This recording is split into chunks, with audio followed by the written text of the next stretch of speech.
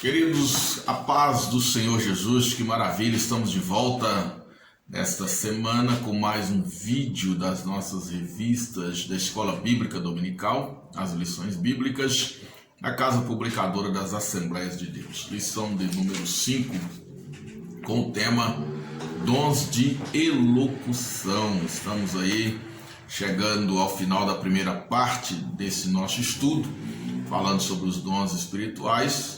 Então falamos sobre os dons de saber ou de revelação, falamos sobre os dons de poder e falaremos agora sobre os dons de elocução. Nosso texto áureo: porque o que fala língua estranha não fala aos homens, senão a Deus, porque ninguém o entende. E em espírito fala de mistérios, mas o que profetiza fala aos homens, para edificação, exortação e consolação. Primeira epístola do apóstolo Paulo aos Coríntios, capítulo 14, versículo 2 e 3.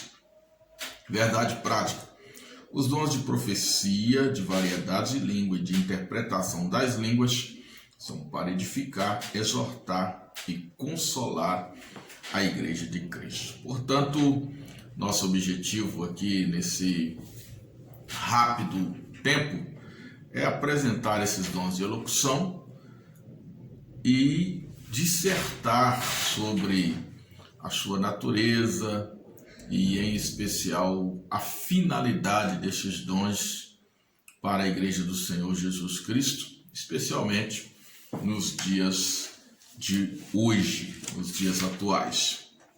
Bem, nós já vimos aí que essa classificação de dons, ela é uma classificação didática a fim de compreendermos como os dons eles operam.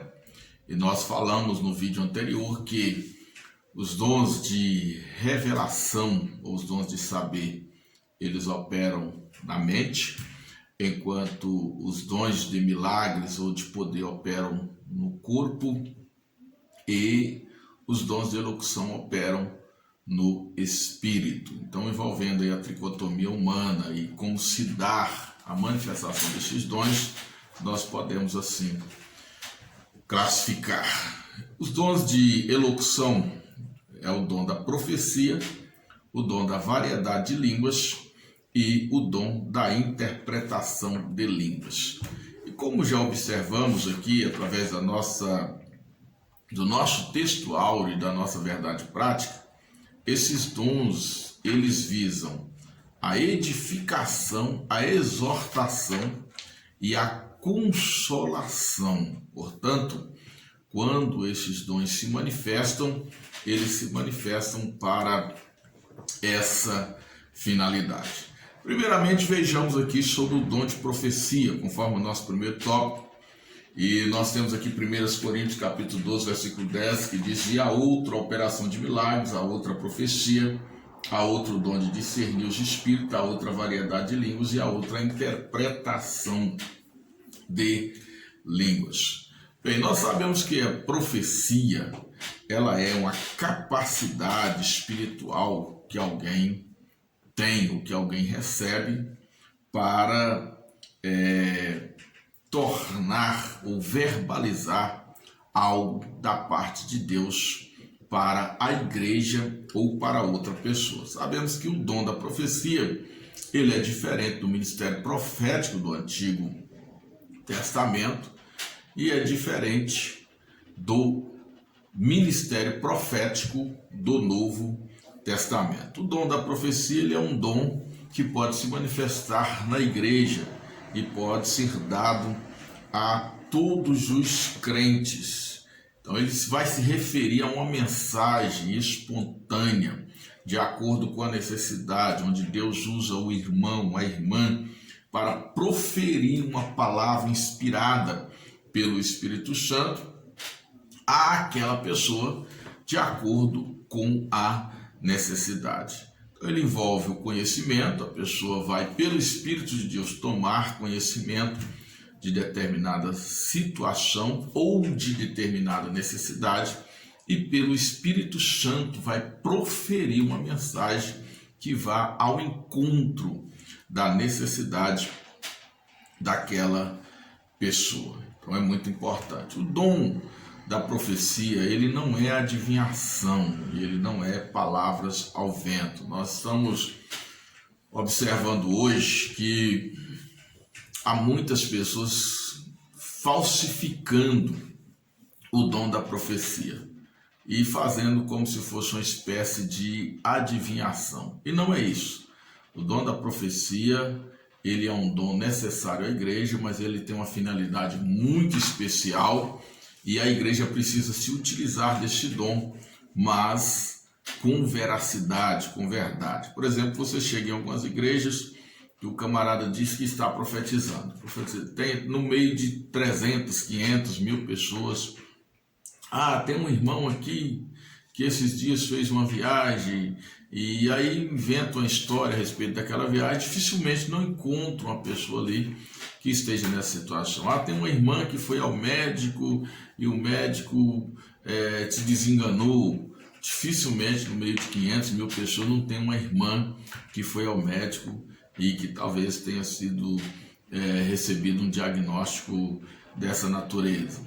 Aqui no nosso meio tem uma irmã sentindo fortes dores no útero e contração. Jesus vai te curar aqui agora. Ele levanta 5, 10 e às vezes o camarada não é essa, não é aquela, mas todas estão com o mesmo problema e aí seleciona uma ou duas ali para dizer que seria um fato específico. Então, infelizmente, queridos, nós estamos vendo esses abusos dos dons espirituais, a falta de intimidade com Deus, a falta de comunhão com Deus, a comercialização, a utilização dos dons para a sobrevivência tem feito muitas pessoas a utilizar principalmente do dom da profecia para falsear, para enganar muitas pessoas. E muitos têm ido atrás dos falsos profetas. No entanto, a Bíblia recomenda que nós não devemos desprezar as profecias. 1 Tessalonicenses capítulo 5, versículo 20, o apóstolo Paulo recomenda: não desprezeis as profecias. Mas o texto bíblico vai recomendar que o dom da profecia seja sempre julgado exatamente pelo fato das suas fontes. Nós temos aqui no ponto 2 falando sobre a relevância do dom da profecia, e nós observamos que ele é muito relevante para a igreja. 1 Coríntios capítulo 14, versículo de número 1, Paulo recomenda que busquemos com zelo os dons espirituais e principalmente o dom de profetizar, que é o dom claro, um dom evidente, que se manifesta na vida do crente para edificar, para exortar ou para consolar a vida de outrem.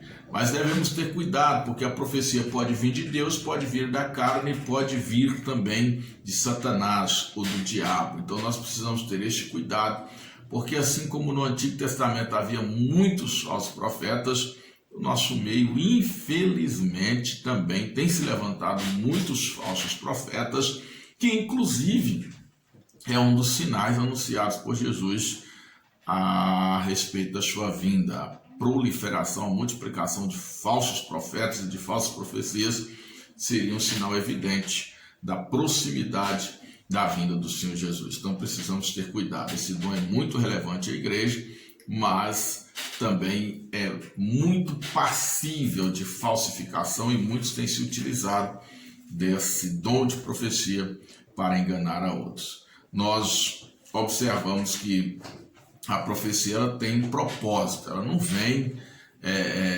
para dar a alguém um destaque, ela não vem para exaltar alguém, mas ela vem para edificar a igreja, ela vem para consolar a igreja, ela vem para exortar a igreja. Então não podemos utilizar também da profecia para outra finalidade que não seja essa. Ela tem um propósito. E eu diria que no início da igreja, a profecia ela se relacionava à mensagem evangelística, à mensagem do evangelho, porque diferente de nós, os cristãos primitivos não dispunham das escrituras como nós dispomos hoje, do cânon sagrado, da Bíblia Sagrada. Para abrir a Bíblia, que já é a maior mensagem profética, lermos João 3,16, lermos as epístolas, como Romanos, 2 Coríntios 5,17, que vai falar sobre aquele que está em Cristo, nova criatura e podemos passar essa mensagem profética ao pecador. Nós podemos ler outros textos como Atos dos Apóstolos, capítulo 4, versículo 12, e anunciar que embaixo dos céus nenhum outro nome é dado entre os homens pelo qual importa que sejamos salvos. Então todas essas mensagens, elas eram dadas pelo Espírito Santo de Deus. E os primeiros cristãos, inspirados pelo Espírito de Deus, eles então anunciavam a palavra do Senhor e também tinham conhecimento de fatos ocultos na vida de determinadas pessoas. E quando era manifestado esses fatos, ou a vida desse pecador, ele reconhecia Deus na vida desse profeta, dessa profetisa, e entregava a sua vida ao Senhor Jesus. É o que Paulo mostra aqui nas suas epístolas, que o pecador, ouvindo e vendo o Espírito de Deus se manifestar naquela vida das pessoas para revelar fatos, situações, circunstâncias da sua vida, ele certamente creria que Jesus estava na vida daquela pessoa e o reconheceria como Senhor da sua vida. Então a profecia, ela tem esse propósito, e em especial na igreja primitiva, e para nós hoje não é diferente. A profecia deve ser utilizada sim, com propósito e principalmente com verdade. O segundo tópico fala sobre o dom de variedades de língua. Talvez um dos dons mais questionáveis e mais criticados pelos cessacionistas seja os dons de variedades de língua, e onde também aparentemente surge os grandes abusos, principalmente quando Paulo escreve a sua epístola aos Coríntios, orientando acerca da manifestação dos dons espirituais. Ele tem essa preocupação da ordenação do uso dos dons. E o dom de línguas está ali no centro do debate, está ali evidenciado para que se discuta a maneira, a importância, o propósito do falar em línguas. E o que é o dom de variedade de línguas? Nós já sabemos que o dom de variedade de língua é a habilidade espiritual dada ao cristão de falar uma língua por ele desconhecida. E essa língua, primeiramente, ela vai ser um louvor, uma adoração, uma oração transmitida a partir do espírito dessa pessoa, adorando ao Senhor, louvando ao Senhor e glorificando ao Senhor. E em segundo lugar, nós temos também a transmissão de uma mensagem por meio de línguas estranhas. Nós temos aqui no capítulo 14 de 1 Coríntios, versículo 2, diz: porque o que fala em língua desconhecida não fala aos homens, senão a Deus, porque ninguém o entende, e em espírito fala mistérios. Bem, quando falamos em línguas estranhas, ou no dom de variedade de línguas, a teologia, ela classifica por esses textos bíblicos, conforme esse que acabamos de ler, que fala que quem fala em língua desconhecida ou língua estranha fala a Deus e não aos homens. Aí nós temos duas classificações de línguas, que é a glossolalia e a xenolalia. E aí no 1 Coríntios, capítulo de número 13, versículo 1, Paulo vai dizer: ainda que eu falasse a língua dos homens, que seria a xenolalia, e dos anjos, que seriam a glossolalia. Então, a xenolalia seriam línguas humanas, línguas que, apesar de não serem conhecidas da pessoa que está falando, ela pode ser conhecida de outras pessoas. E já a glossolalia, ela não seria uma língua inteligível, humanamente falando. Ela não vai ser, nem a pessoa que está falando vai entender, e nem quem está ouvindo de maneira alguma iria entender. Então nós temos essas duas classificações das línguas, que é a glossolalia e também a xenolália. E é importante entender isso, porque quando nós olhamos para a descida do Espírito Santo, em Atos dos Apóstolos, no capítulo de número 2, nós vamos ver que tipo de língua que foi falado aqui. Veja aqui no capítulo 2, no versículo de número 7, diz: E todos pasmavam e se maravilhavam, dizendo uns aos outros: Pois que não são galileus todos esses homens que estão falando? Como, pois, os ouvimos cada um na nossa própria língua em que somos nascidos? Partos, medos, elamitas e os que habitam na Mesopotâmia, Judéia, Capadócia, Ponto e Ásia, Frígia, Panfilha, Egito e parte da Líbia junto a Cirene, e forasteiros romanos, tanto judeus como prosélitos, cretenses e árabes, todos nós temos ouvido em nossas próprias línguas falar das grandezas de Deus. Veja que havia uma adoração a Deus, um louvor a Deus. Aqueles cristãos, a maioria deles eram galileus, portanto, tinham como língua nativa a língua hebraica, e tinham também a incursão da língua aramaica e o grego, que era a língua comum, a língua obrigatória no Império. Então, todos que estavam ouvindo, cada um ouvia falar na sua própria língua. Então, houve uma manifestação da xenolália, ou línguas humanas. Os cristãos falaram, quando foram batizados no Espírito Santo, não a glossolalia, mas a xenolália. Os ouvimos falar da nossa própria língua. E por que isso, queridos? Exatamente porque o dom é dado a cada um para o que for útil. Então ali houve uma grande oportunidade de evangelização, porque era o dia de Pentecostes, a festa de Pentecostes, e haviam pessoas de várias nacionalidades presentes em Jerusalém.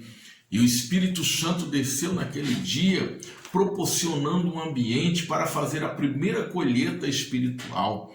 E não tinha nenhum cristão, nem um discípulo ali que conseguisse falar 16 línguas diferentes, ou pelo menos uma pessoa pregando e 16 intérpretes ali interpretando aquelas línguas para aquelas pessoas. Mas eles receberam pelo Espírito Santo a capacidade de anunciar Jesus Cristo, as grandezas de Deus, na língua própria de cada uma das nacionalidades que estavam presentes ali. Aí nós entendemos o propósito que está em Atos, capítulo 1, versículo 8, mas recebereis a virtude do Espírito Santo que há de vir sobre vós, e ser-me-eis testemunha tanto em Jerusalém, como em toda a Judéia e Samaria, até aos confins da terra. Então, já na descida do Espírito Santo, o propósito do batismo no Espírito Santo é cumprido. Que maravilha!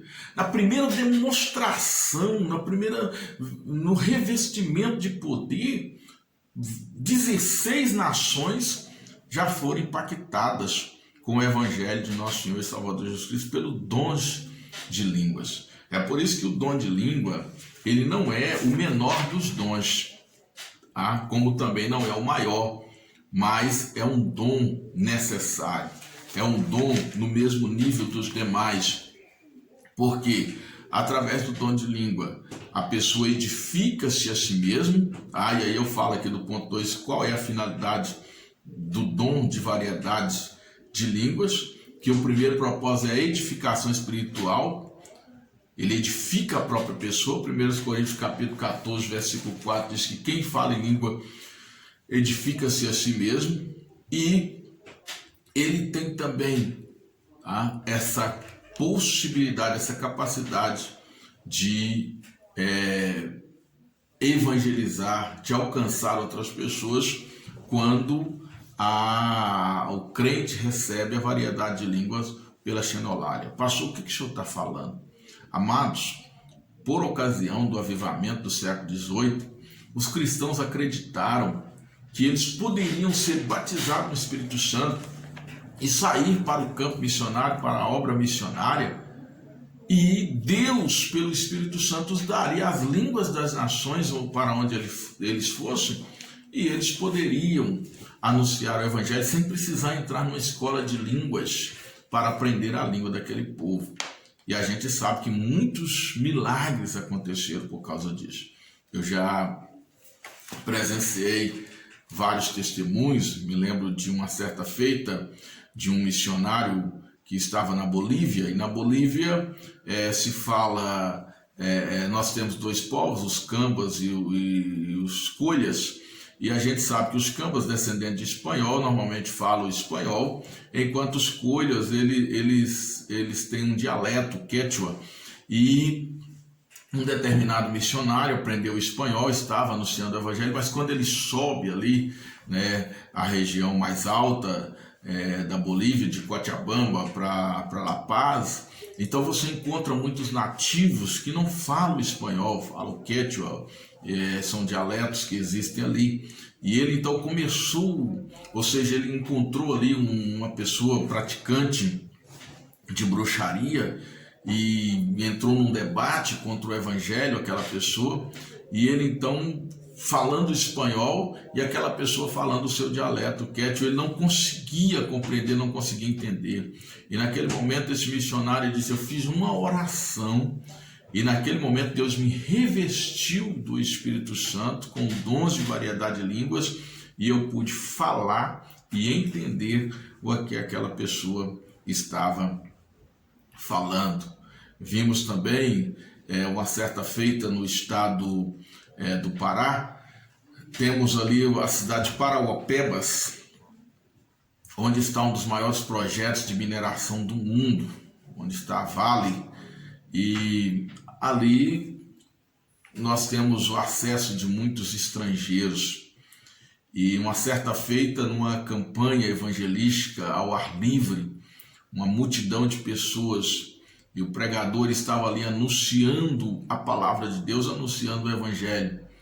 E quando de repente Deus o tomou em uma língua diferente, em uma língua estranha, e ele por alguns minutos falou naquela língua, e depois passou a fazer o apelo, quando de repente apareceram dois homens altos, de pele muito clara, fisionomia completamente diferente dos brasileiros. E ali aqueles homens foram à frente, entregaram a sua vida ao Senhor Jesus. Eram dois alemães que estavam de visita àquela cidade e ouviram através daquele pregador, enquanto falava em línguas estranhas, o evangelho na sua própria língua. Deus direcionou aquela palavra diretamente a eles, revelando circunstâncias e fatos das suas vidas, e eles não tiveram dúvidas que estavam sendo chamados pelo Senhor Jesus naquele momento e aceitaram o Senhor Jesus como Salvador.